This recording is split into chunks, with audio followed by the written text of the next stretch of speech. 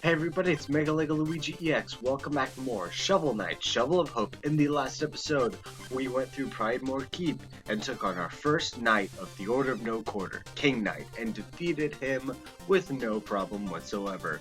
We actually died when we fought Black Knight, but not King Knight. Nope, no problems at all.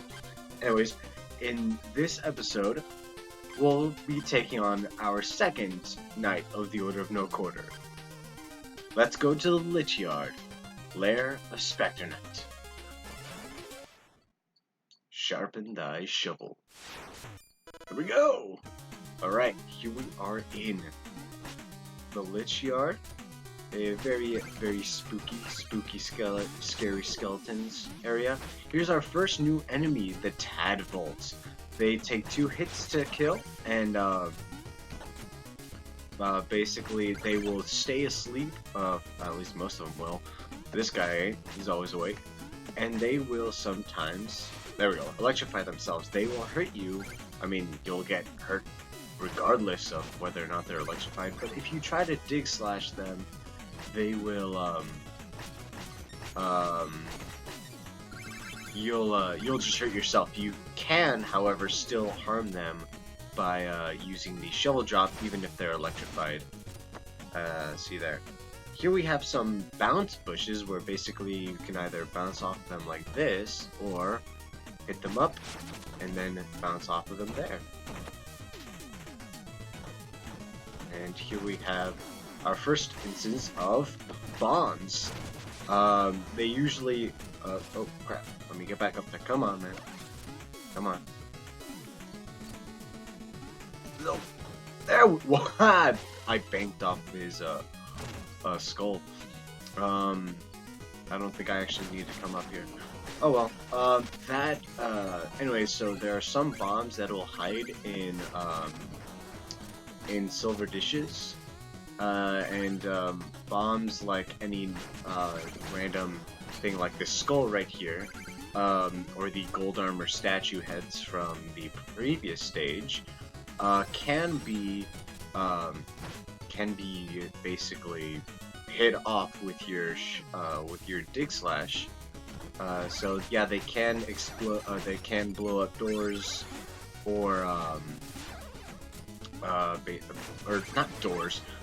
Blow up certain walls that can be broken, and also kill enemies. Speaking of enemies, here's another new enemy, the Bone Clangs. Not just any Bone Clangs. Well, here's a regular bone. Oh crap! So many new enemies. All right, I'll talk about this guy. Here's a super skeleton. Here's the mini boss of the stage. He's got 8 hits, but all you gotta do is just bounce off them multiple times. He will hop 3 times and then retreat into basically a pile of bones. He's pretty easy if you just use a dig slash. Anyways, bone clangs, or should I say loose bone clangs, is what those red and white bone clangs are called. Basically, they behave like regular bone clangs, except when you hit them once, their skulls will fall off. That's what I was thinking regular bone clangs were in episode 1. But no, that's a different kind of bone clang. And then they will turn into headless bone clangs, which basically will just they have no heads, so they can't walk around. They can't specifically target anyone. And oh boy, it's pitch black. Now you can only use lightning to as things of light to help you. And yeah, so headless bone clangs do not know where they're going. They're just they'll blindly walk around without knowing where they're going. You can just die. Right here we have what is it called again? I'm drawing a blank here. Hold on. Sorry. Got my notes here and they're being weird. Oh, there we go. Invisishade. These are called Invisishades. They're basically ghosts that are completely invincible. You cannot kill them at all.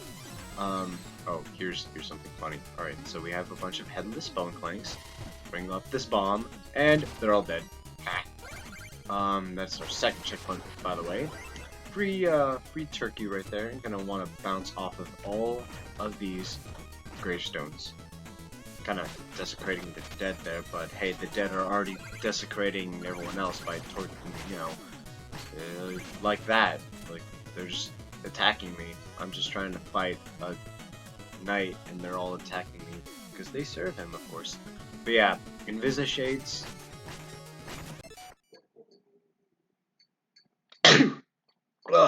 Sorry about that.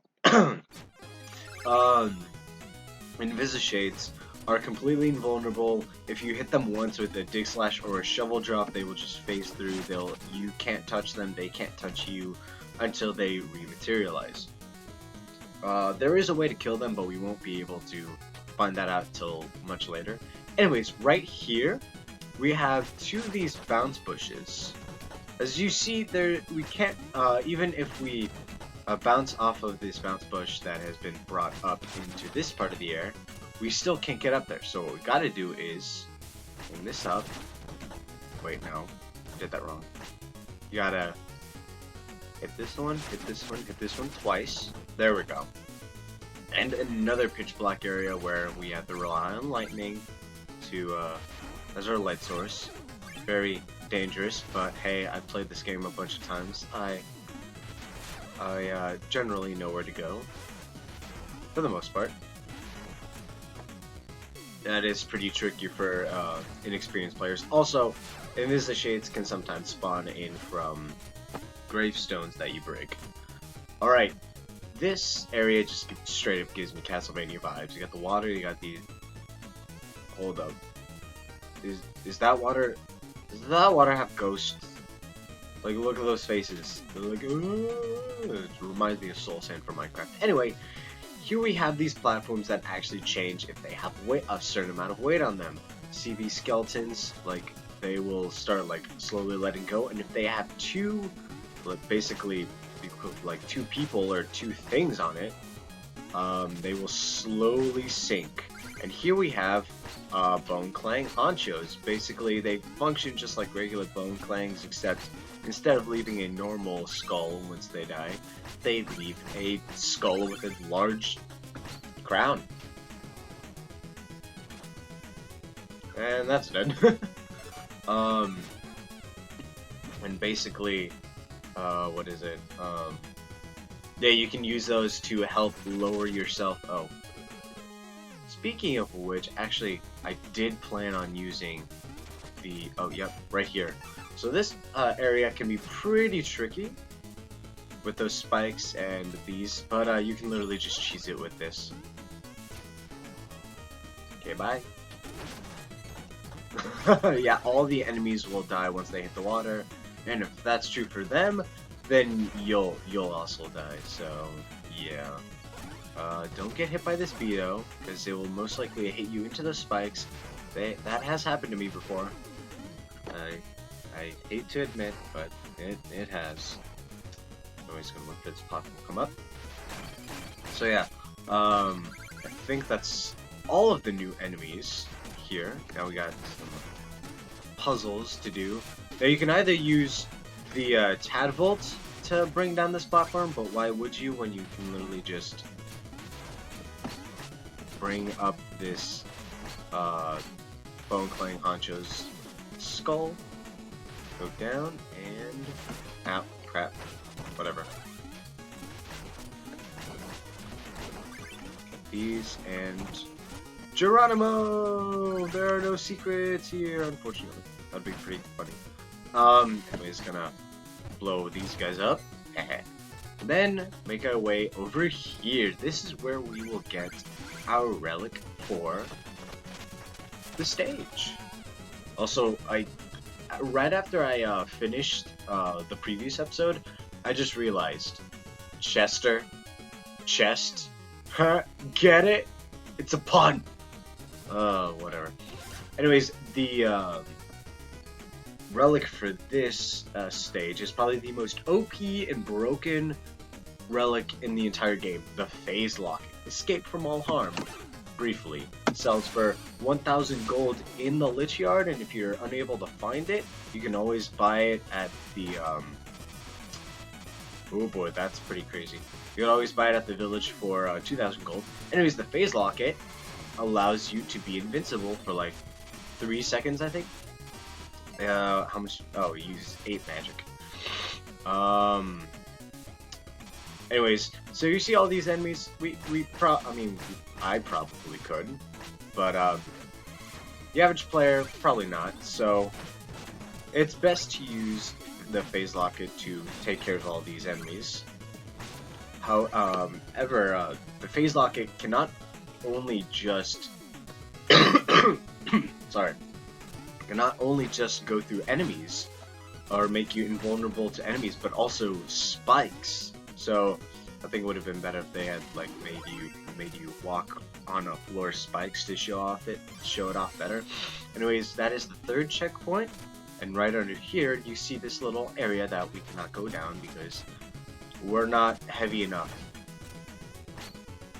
Make your weight jokes there. Wait, there we go. Gonna bring this Honcho's skull, and there we go. Go through this treasure chest to get our...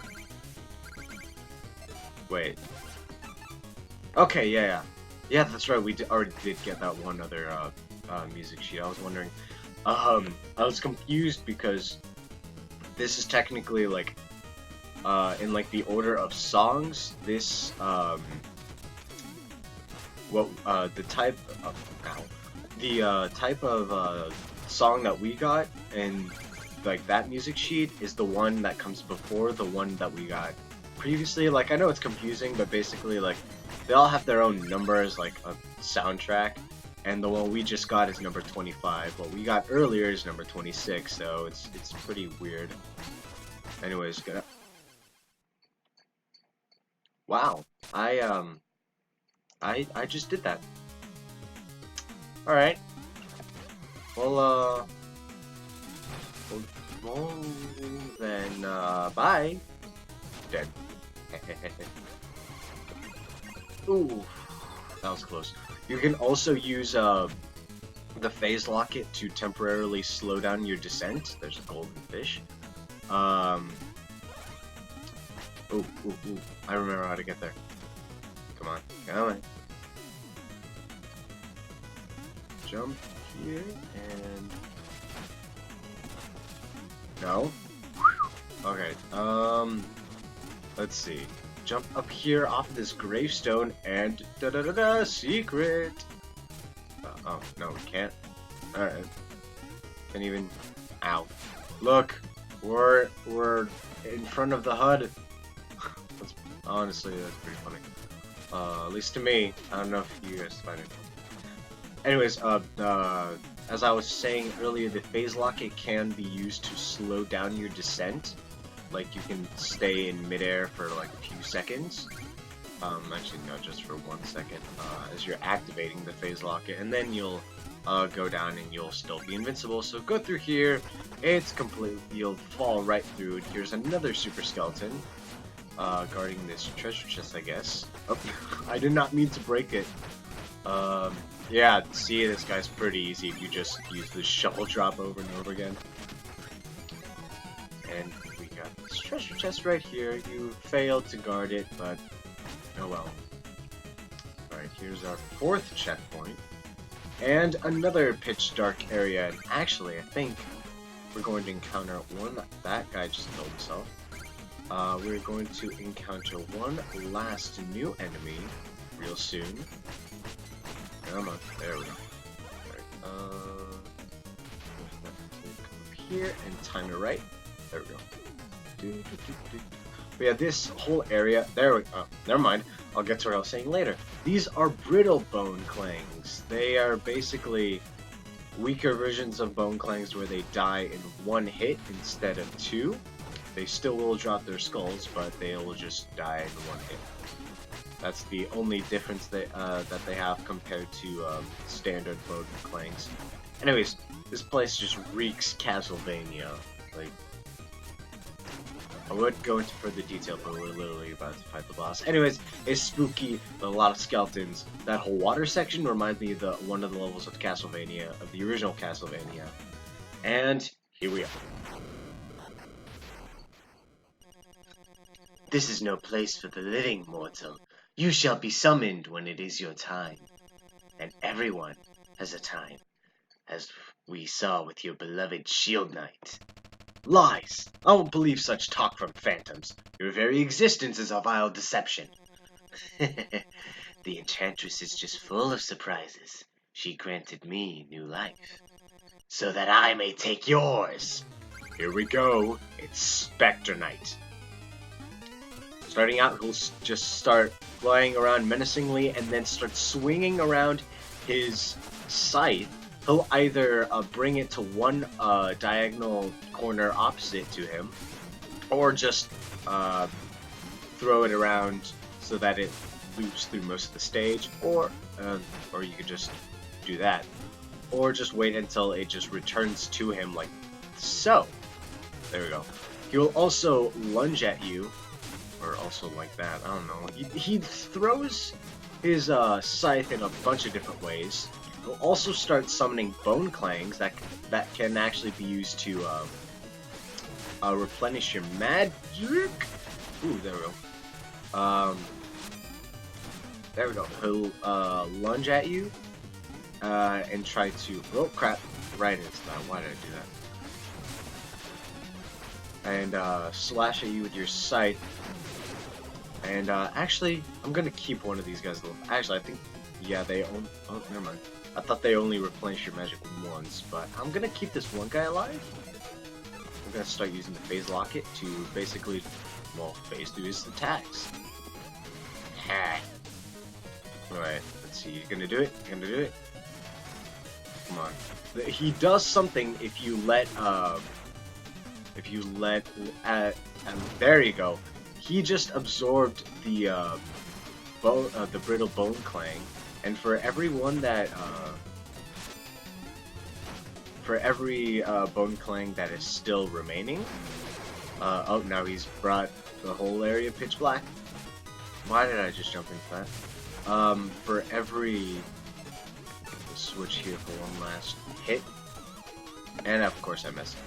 For every bone clang that is still present on the field, will restore 1 hit point. That's basically half a life container. So you can restore a total of 3 life containers. But it doesn't matter now because there we go. He is dead twice. Like, what happens if if an undead dies? I don't know. I'm just being dumb.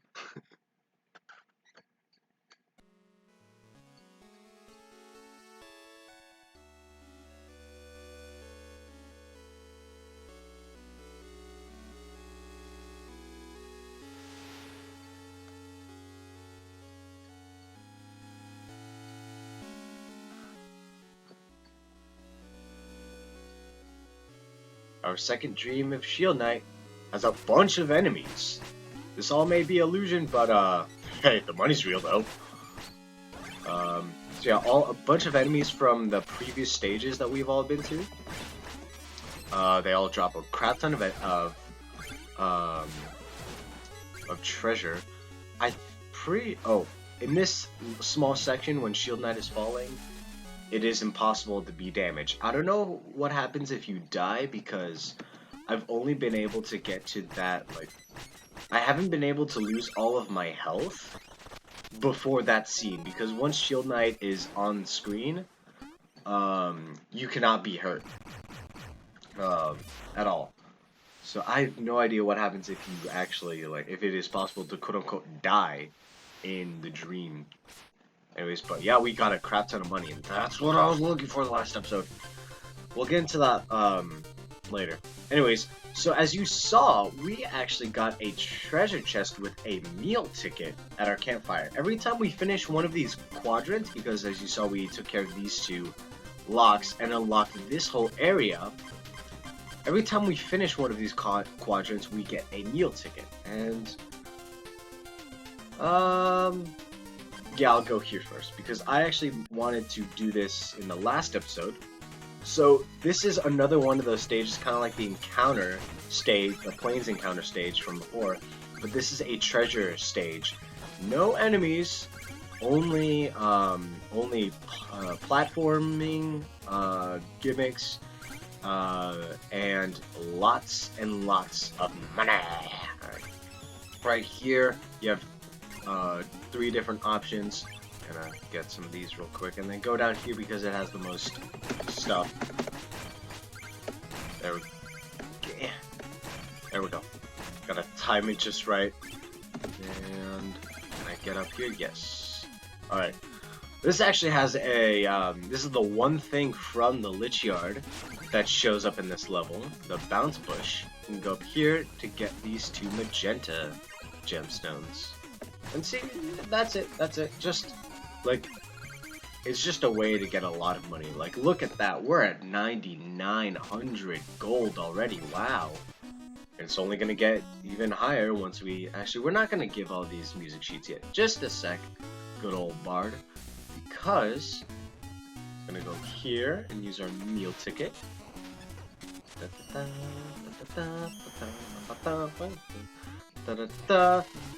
we go. We have a health upgrade and going to buy our magic upgrade as well. And go down here, and there was someone that we wanted to talk we had to talk to after defeating Specter Knight. You defeated Specter Knight? Now, behold my greatest treasure. Dance!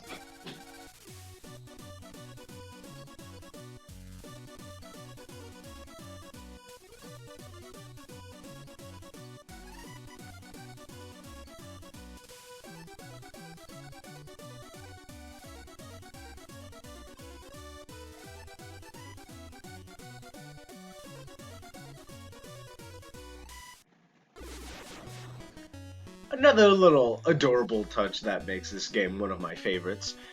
And with that, we have our 3rd music sheet. So now, with 3 music sheets, we can get 1,500 gold from the bard. Also, one thing about this guy is that he's... Be gone, thought! You see that, like, plating on his face? That's what, like, like standard knights wear. We even saw Specter Knight wearing that. Yet, he's just called the Bard, not Bard Knight, so, I don't know. And they have knights for everything, so, who knows, maybe he's a knight. Anyways, let's see here. Oh, you found Watch Me Dance. You should write a tarantella. Last time I take the advice of a painter. Alright. So yeah, like, as I was saying, so yeah, here's Watch Me Dance. It's so catchy. But yeah, as I was saying before, technically we got this music sheet first. And then this one. La Danse Macabre. I think that's French, or roughly French for, like, Dance of the Dead, I guess. I don't know, I'm Latino, I'm not French. Anyways. Yeah, this is just Final Fantasy. Not Final Fantasy. No, Castlevania. But yeah, I'm going to listen to.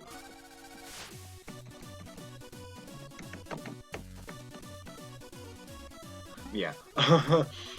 So with that all taken care of, we have one last thing to do, and I think that'll be the end of this episode. So yeah, that dancer apparently has some bad blood with Specter Knight for some reason. I wonder if we'll ever find that out in the future. Anyways, so with these two gates being destroyed that keep us from going through this area, it also allows us to go here, the Forest of Phasing. Yikes, spikes! If only I could phase away to safety, I could cross and get so much treasure. So there are a few small levels that center around a relic. This one is called the Forest of Phasing, so obviously it's going to center around the phase locket. So as you can see, you can walk through spikes, or over spikes, not through them, using the phase locket. So we basically have a bunch of different things here that let you use the phase locket, and this is basically a way to show you just, well, how broken it is. So you see how that large dirt block gave me only 2 gold? Yeah. That's pretty weird. You can also phase through enemies! Yeah, definitely comes in handy. And yeah, you gotta be quick on these though. I have died to this level so many times the first time I played this game, it is not even funny. Because it's like, while you are invincible, yeah, this is what I was talking actually wait, no, I did show that off last episode. I was talking about 2 blitz steeds running into each other. Oh god, these guys. I do not know what these guys are called yet, but we'll get into them in a later level. Just know that they're annoying. They bounce off the walls, and they suck. But yeah, you gotta be quick. And ooh, we got another music. No, sheet. Gonna see. We already have 10,000 gold. We are swimming in monies. As I was saying, that forest of phasing can be pretty tricky. You know, they've done studies. Reading maps is far easier with a musical backing. Oh yeah, this is the music for the map, world map. Yep. But yeah, the forest of phasing can be pretty tricky if you're not used to the timing of the phase locket, because while it is powerful, it is very short. It only lasts for a few seconds, so do take that into account when you're going through the forest of phasing, because if not, you're gonna get in trouble. So now we have finished things up here in the first quadrant. We've unlocked the second quadrant, and that's where we're gonna end things off here. So next time on Shovel Knight, Shovel of Hope, we're going to pay a visit to yet another Knight of the Order of No Quarter, the Plague Knight. See you guys then.